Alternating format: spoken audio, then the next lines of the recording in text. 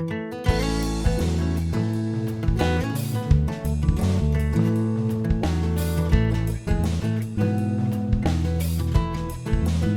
everyone, it's Aunt Fernita.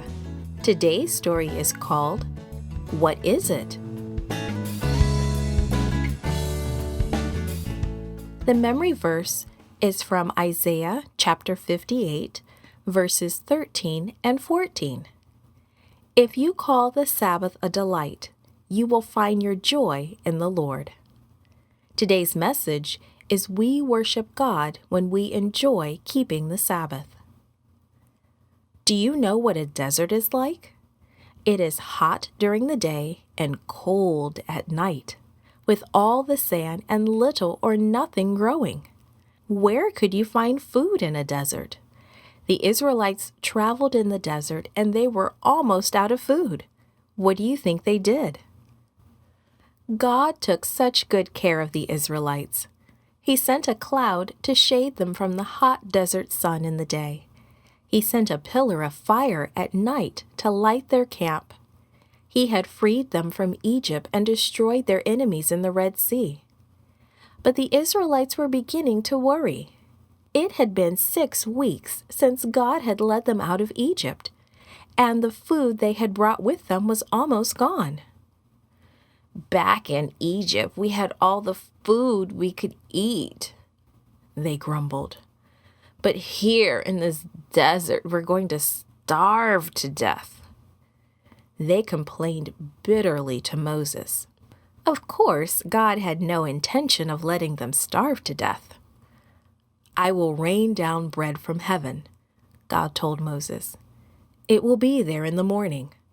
The people are to go out every day and gather an omer each, but they must not keep any of it until the next day. I am going to test them to see if they follow my instructions.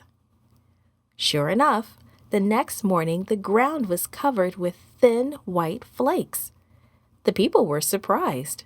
What is it? They asked, again and again. It looked like frozen dew all over the ground. This is the bread God promised you.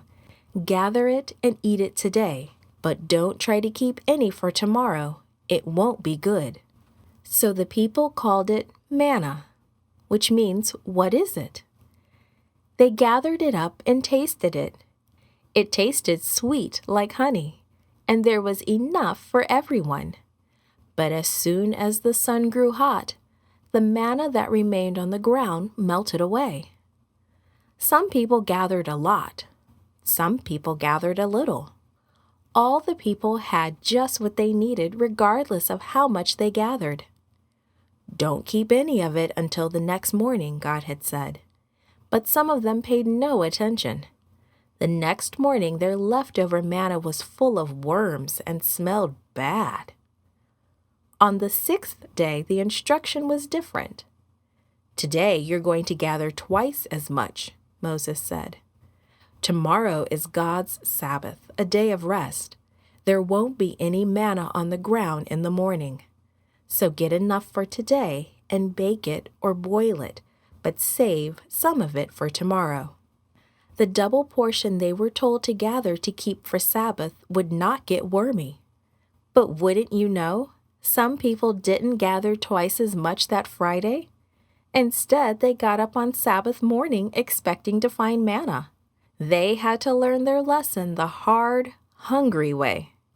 Of course, there was no manna on the ground that Sabbath morning, and there was none on any Sabbath that came after. How long will they refuse to follow my instructions? God sighed to Moses. The story of the manna teaches us 2 things. First, just like the Israelites, we honor God when we obey Him. Following His directions is an act of worship. It also teaches us that God knows best. His plans for us are for our own good. Following His instructions is the only way to really be happy. It took the Israelites a while to learn that they needed to follow God's instructions about the manna. They finally got it right. And it's a good thing because that's what God fed them for the 40 years they spent in the wilderness. They also learned how important the Sabbath is to God. He wanted them and us to make it a special day, different from other days. When they kept the Sabbath special, when they didn't work by gathering manna, they were showing God their love and obedience, and they were really worshiping Him. Created and produced by Falvo Fowler.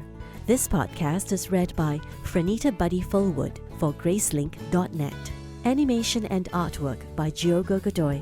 Audio is post-produced by Faith To at Studio El Piso in Singapore. The theme music is by Clayton Kinney. The audio engineer was Maurice Bailey.